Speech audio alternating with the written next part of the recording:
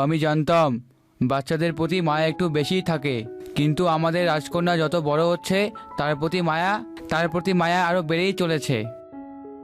এজন্যই বুঝি মেয়ের একটা আবদারও ফেলতে পারো না? শুধু কি আমি ফেলতে পারি না, তুমিও তো পারো না। আর এই রাজ্যের কেউ পারবে বলে তো মনেও হয় না। মা, বাবা, কোথায় তোমরা? এই তো মা, আমরা আমাদের ঘরে। বলো তোমার কি লাগবে? বাবা, আমি আজ সন্ধ্যাবেলায় আমার সখীদের সাথে জঙ্গলে বাঘ শিকার করতে যেতে চাই। তুমি আমাকে যাওয়ার অনুমতি দাও। তুমি রাজকন্যা হয়ে এত ঝুঁকিপূর্ণ কাজ কেন করতে যাবে?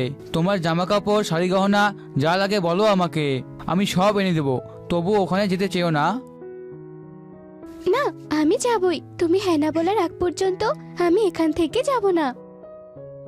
আরে আরে, দেখো কারবার কেমন গাল ফুলিয়ে বসে পড়লো। তুমি বরং ওকে নিয়ে যাও, এতে ওর ইচ্ছাটাও পূরণ হবে আর তুমিও ওকে নিরাপদে রাখতে পারবে। কিন্তু আমাকে যে একটা জরুরি কাজে আজই রাজ্যের বাইরে যেতে হবে, আমি কিভাবে তাকে নিয়ে যাব? আমি বলছি তো সাবধানে থাকবো। তাছাড়া তোমার বিশ্বস্ত সেনাপতিকেও সাথে নেব। ওই আমাকে দেখে রাখবে। তুমি আর না বলো না বাবা। আচ্ছা ঠিক আছে, যাও, তোমাকে অনুমতি দিলাম। ধন্যবাদ বাবা। বাধ্য হলে তো নিজের মেয়ের জেদের কাছে হার মানতে। কি যে একটা মেয়ে হয়েছে আমাদের, মেয়েদের কোনো কাজে আগ্রহ নেই, শুধু ছেলেদের মতো দুঃসাহসিক কাজে আগ্রহ। ওকে নিয়ে কি করব? এতে খারাপ কি? আমার মেয়ে আমার মতোই সাহসী হয়েছে। ওর যখন এসব বিষয়ে আগ্রহ দেখি তখন মনে হয় ও আমার ছেলে মেয়ে দুটোই। তা না হয় বুঝলাম, কিন্তু এই উড়নচণ্ডী মেয়েকে বিয়ে দেব কি করে? ও নিয়ে তুমি কোনো চিন্তা করো না। আমি যদি আশেপাশে সব রাজ্যে খবর পাঠাই তাহলে আমার মেয়েকে বিয়ে করার জন্য পাত্রের অভাব হবে না। হ্যাঁ, তুমি ঠিক বলেছ। আমাদের মেয়ে তো রূপে গুণে কোনো দিক দিয়ে কম নয়। রাজকন্যা তার বাবার অনুমতি নিয়ে তার সখী ও সেনাপতিদের নিয়ে জঙ্গলে গেল বাঘ শিকার করতে। ওই তো বাঘ। না রাজকন্যা, একটা হলুদ পাতা পড়লো গাছ থেকে, ওটা বাঘ না। আর কতক্ষণ অপেক্ষা করব? ভেবেছিলাম আজ একটা বাঘ মেরে নিয়ে বাবাকে দেখাবো, কিন্তু একটা বাঘেরও তো দেখা পাচ্ছি না। রাজকন্যা, ওই যে গাছের আড়ালে বাঘের মতো কিছু একটা নড়লো মনে হলো। সত্যি বলছেন? আচ্ছা, আপনারা তাহলে পেছান, কোনো শব্দ করবেন না। আমি একাই এগিয়ে যাচ্ছি বাঘটাকে শিকার করতে। একা যাও আপনার জন্য ঠিক হবে না রাজকন্যা, আমিও যাচ্ছি আপনার সঙ্গে। না, আপনি এখানেই অপেক্ষা করুন, কাউকে যেন আমার পিছনে আসতে না দেখি। রাজকন্যা 1.5 হাত এগিয়ে গিয়ে বাঘটাকে খোঁজা শুরু করলো। হঠাৎ করে বাঘটা রাজকন্যার দিকে আক্রমণ করে। আমাদের রাজকন্যাকে বাঘে আক্রমণ করেছে। এখনই ওকে মারছি।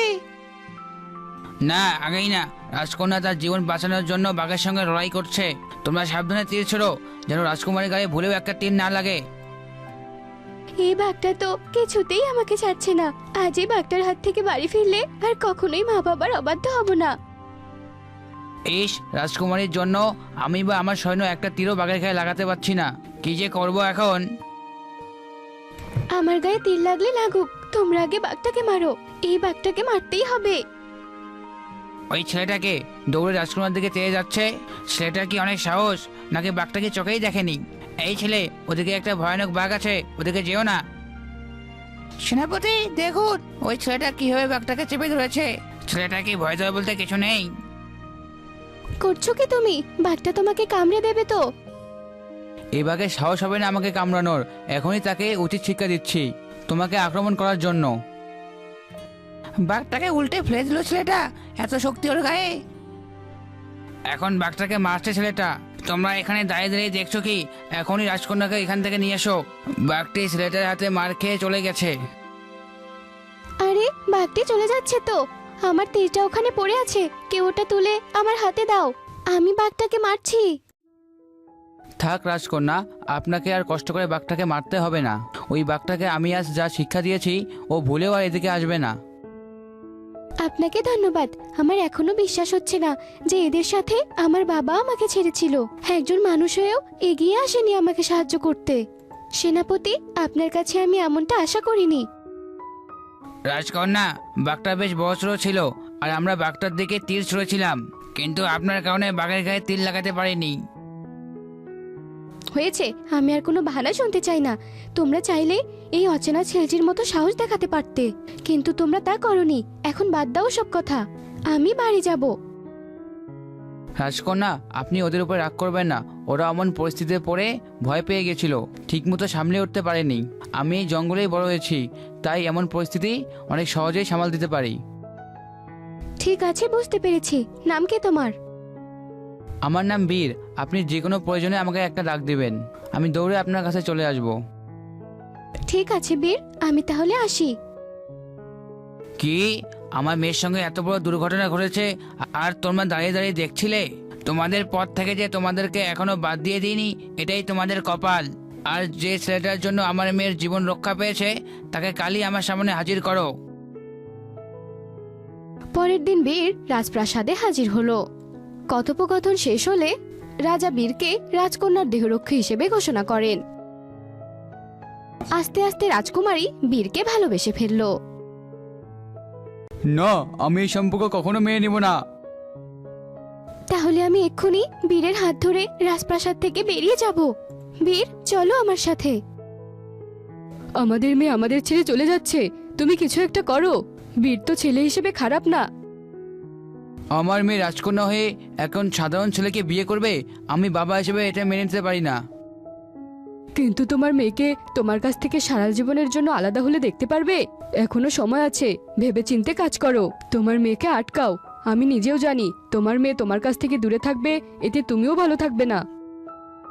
ঠিক বলেছ সিথি, যাস না মা, এদিকে আয়। তুই চেয়েছিস আর আমি তোর আবদার রাখিনি, এটা কি কখনো হয়েছে? আমি কালই তোদের ধুমধাম করে বিয়ে দিব। সেনাপতি, ওদের সব বিয়ের আয়োজন করো, পুরো রাজ্যকে দাওয়াত দাও। জি মহারাজ, আমি সব ব্যবস্থা করছি, আপনি কোনো চিন্তা করবেন না, একদম নিশ্চিন্তে থাকুন। এত যে পেট ভরে খেলাম, এখন তো আর নড়তে পারছি না। কিন্তু আমাদের এই মহারাজা এত সুন্দর রাজকুমারীকে এরকম সাধারণ ছেলের সাথে বিয়ে দিল কেন? আমি শুনেছিলাম এই ছেলে নাকি ভালো না, অনেক ফন্দি করে রাজকুমারীকে পটিয়েছে। খাওয়া দাওয়া শেষ হলে আপনারা এখন আসতে পারেন। শুনে ফেললো নাকি? এই চল চল। বিয়ের পর বেশ কিছুদিন কেটে গেল। রাজকন্যা গর্ভবতী হলো। সেই খবর পুরো রাজ্যে ছড়িয়ে পড়লে সবাই খুশিতে মেতে ওঠে। একদিন বীর প্রতি রাতে একা একা বাইরে কোথায় যায়? ওর কোনো সমস্যা হয়নি তো? আজ আমিও ওর পিছু পিছু যাব। এসেছিস? এই নিয়ে সোনার মোহর। এই রাজপ্রাসাদ দখল করার জন্য আমার আরো অনেক লোক লাগবে। এ কটা মোহরে হবে না, আরো মোহর লাগবে।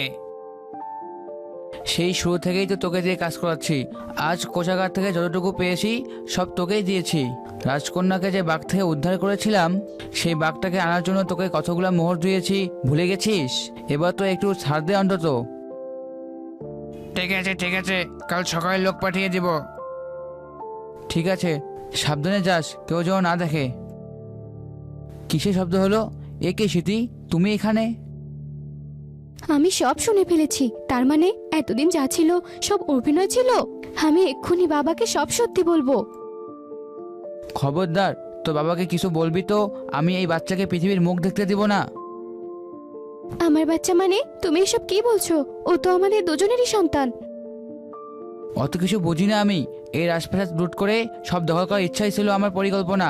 এখন তুই সিদ্ধান্ত নে, কাকে বাঁচাবি, তোর বাবা নাকি এই বাচ্চাকে? আমি ঘুমোতে গেলাম, অনেক ঘুম পেয়েছে আমার।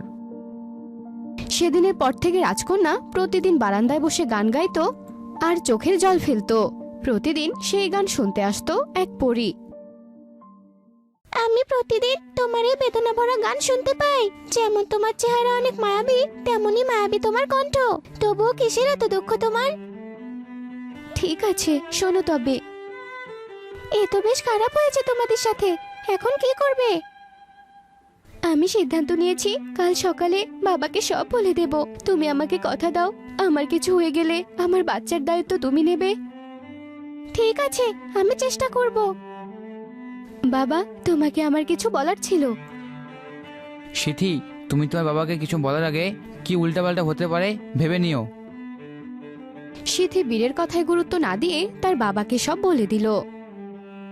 বীর রাগান্বিত হয়ে সিদ্ধিকে জোরে ধাক্কা দিল।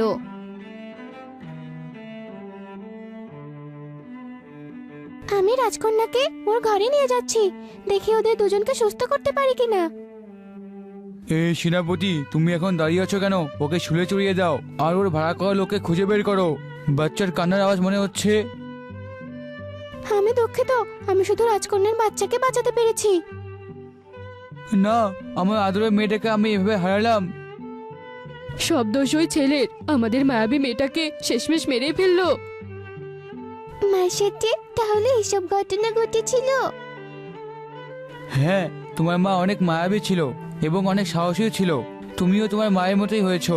তোমাকে পেয়ে আমি সত্যি অনেক ভাগ্যবান।